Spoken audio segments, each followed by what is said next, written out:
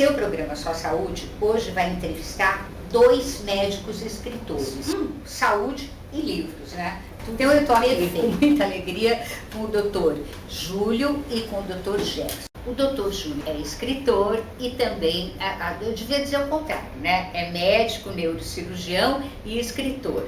E o doutor Gerson é médico infectologista, não é isso, doutor? Sim. E é professor de propedêutica clínica na USP, tá certo? Me diz uma coisa, doutor Gerson, eu li o seu livro, fiquei muito impressionada com esse conto que dá título ao livro, que é o pior médico do mundo, né? E foi por isso que você optou por propedêutica? A propedêutica, ela ensina os princípios da medicina, ensina a se relacionar, ensina a elaborar uma história, uma entrevista, ensina como é que se examina, ensina como é que se raciocina sobre a história e o exame. Então, É uma disciplina que recupera o que tem, né, de mais profundo, né, passado de gerações a gerações dentro da medicina. Então, Eu sou apaixonado pela arte da clínica.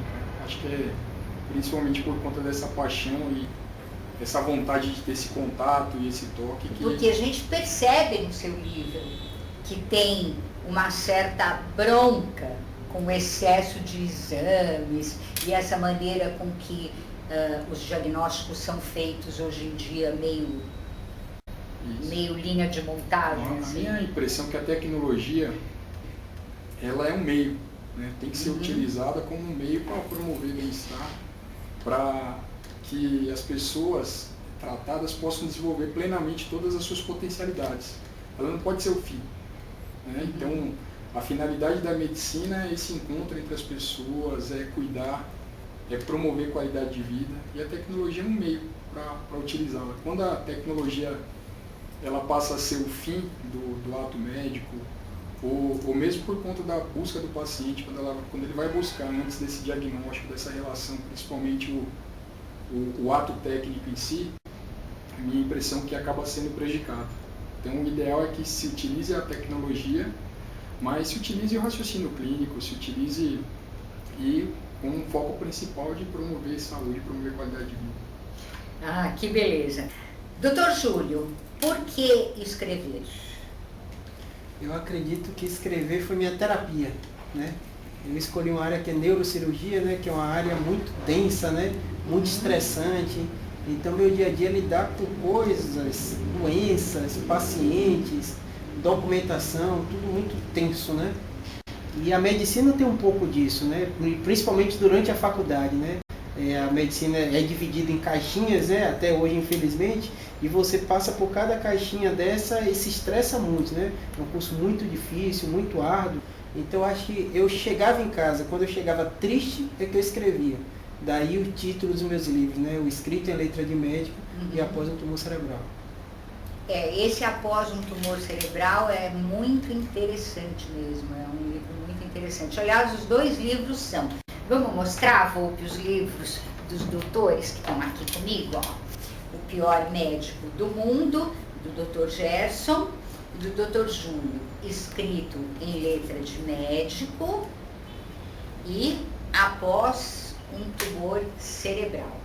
Bom, essa vai ser a minha dica de livro de hoje, é claro, né? Então, vamos para ela e a gente continua a conversar, ó, depois daquele intervalinho.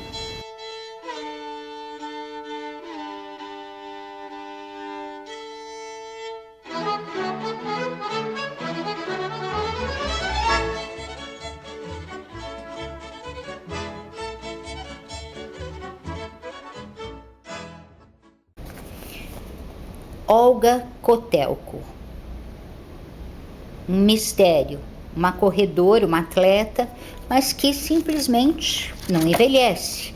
Vive como se não tivesse seus 95 anos. Então, pesquisadores foram procurar descobrir que mistério é esse da Olga. Por que a Olga não envelhece?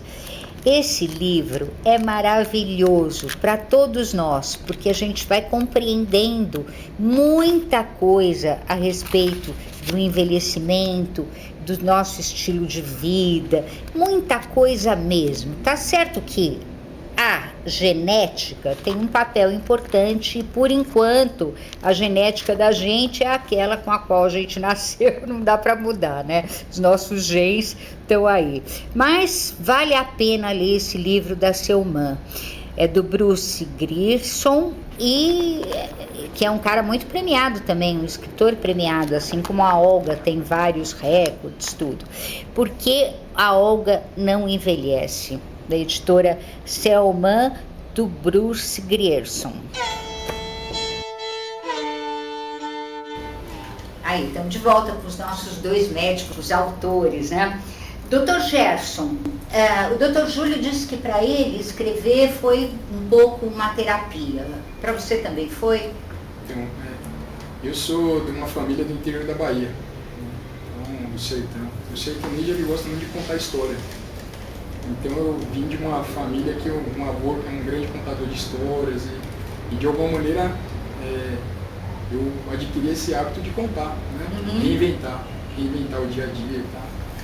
Então eu acho que de alguma maneira eu faço o que meu avô fazia, o que os amigos deles faziam lá quando eles se reuniam lá no sertão em volta da fogueira.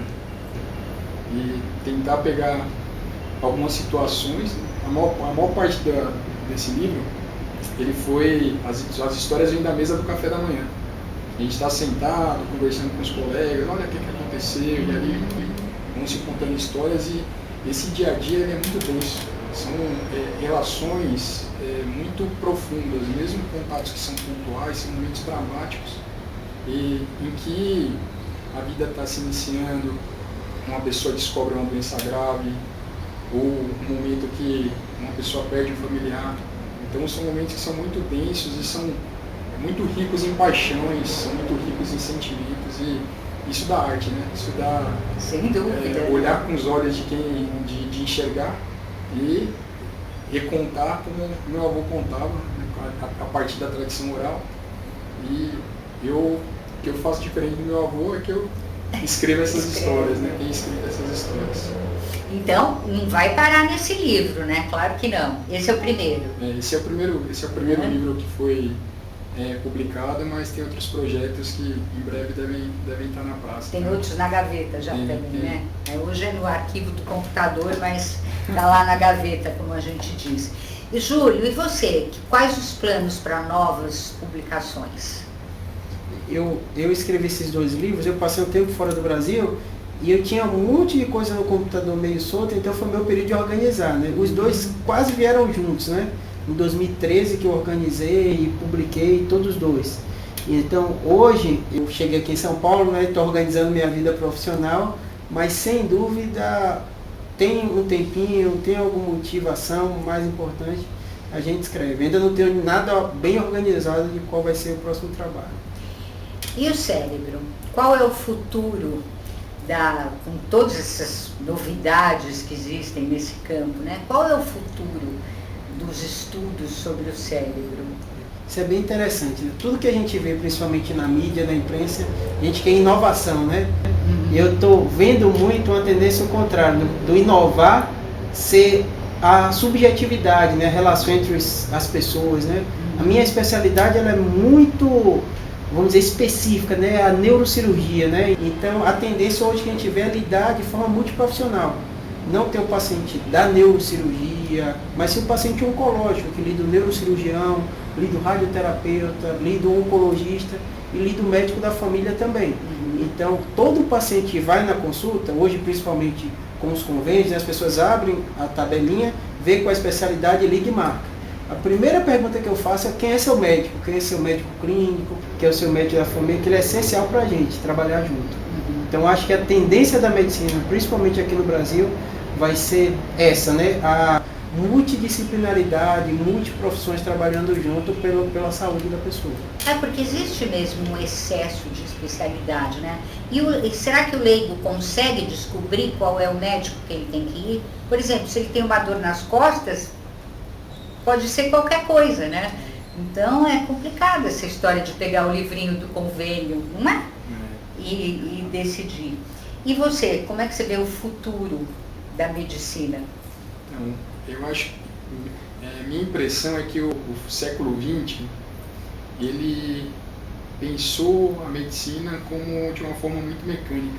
Eu acho que minha impressão é que a medicina, ela vem um pouco, ela incorpora os avanços um pouquinho depois do que a física, um pouquinho depois do que a engenharia. Agora, por exemplo, a gente está vivendo o boom da informática na medicina. Nessas outras áreas foi um pouco antes. Então, durante o século XX, foi se pensado em que o corpo como uma máquina, foi pensado que se podia detectar doenças precocemente, investir em métodos diagnósticos, e foi vendido o mito da imortalidade. Se você se cuidar e fizer todos os exames, você possivelmente não morra nunca. Minha impressão é que a gente tem que trabalhar para desfazer esse mito, de entender os ciclos de vida, entender a necessidade de cada indivíduo. Uma pessoa, cada indivíduo é um universo. O que você precisa de saúde não é a mesma coisa que eu, que o Dr. Júlio, ou que qualquer outra pessoa precisa. E minha impressão é que para que isso aconteça é necessário que se tenha um crescimento da medicina geral. A medicina de família e comunidade, por exemplo, a clínica médica. É importante que as pessoas tenham um médico de referência que lhe conheça, que consiga fazer um projeto terapêutico, que possa ser uma pessoa que vai organizar a saúde e solicitar o apoio de especialistas quando for o caso. Aí, eu acho que se a pessoa tiver um médico de referência, facilita esse cuidado. E facilita tanto ela ter acesso ao melhor da medicina e não ser exposta a excesso de intervenções também. Agora, a gente tem tanto problema no Brasil em termos de saúde, não é mais só a saúde pública. A gente tem problema de atendimento de convênios, né? Os convênios estão ficando muito parecidos com a saúde pública. Como é que a gente vai conseguir esse sonho tão bonito que vocês colocam de uma medicina integrada, de uma medicina que vê o indivíduo como único e ao mesmo tempo tem uma equipe trabalhando com ele? Como é que a gente vai chegar lá? Então, eu acho que a medicina, os médicos, a gente tem uma lição de casa para fazer, que é se aproximar da sociedade civil como um todo, ampliar o diálogo, sair do castelo. Eu acho que quando como a gente faz um exercício de literatura, fala do dia a dia da medicina e tá na praça discutindo o que é, acho que a gente se desencastela e estando próximo é possível construir um agenda em comum. Eu acho que, minha impressão é que hoje em dia, mesmo a saúde privada no Brasil, os médicos não estão satisfeitos e os usuários também não estão satisfeitos. Então a gente precisa construir mudanças e construir juntos. É por aí o caminho? Concorda com ele? Com certeza. Eu sou uma pessoa, sou baiano, né? Então nasci otimista, né? Então eu acredito que a evolução normal das coisas, né? A gente tem algumas áreas que foram caixa preta, né? Ninguém sabe como é, como funciona. Você se entregava ao médico e pronto, estaria resolvido. Hoje as pessoas participam. Aconteceu na política, acontece em diversas, na medicina também. Então o paciente hoje quer saber o que está acontecendo com o corpo dele, quer saber o que você vai fazer. E você percebe no dia a dia. Eu sou neurocirurgião, né? Então eu faço microcirurgia, muitas vezes gravo a cirurgia, o paciente pede, eu edito, mando, ele quer saber o que está acontecendo, né? Alguém atuou no cérebro dele, né? O que é de mais precioso. Ele quer saber. Isso é interessante, porque a gente viu muito tempo em algumas áreas como neurocirurgia, as pessoas não entendiam o que se passava. Então quando você não entende o que se passa, você não entende as intercorrências, as complicações que podem ocorrer. E quando você tem essa mudança, né, da caixa preta para se abrir, se falar sobre saúde, falar das intercorrências, a tendência é que isso melhore. As pessoas entendam que o médico é um ser humano, que o médico está fazendo o máximo possível e que tem as intercorrências, as doenças muitas vezes são graves. Então acho que esse diálogo franco é difícil, mas é o melhor, é o que eu acredito.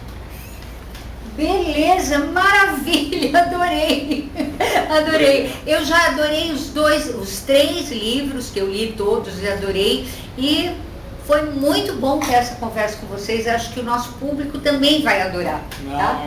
Muito obrigada, Dr. Gerson. Muito obrigada, Dr. Júlio. E para você, até o próximo Só Saúde.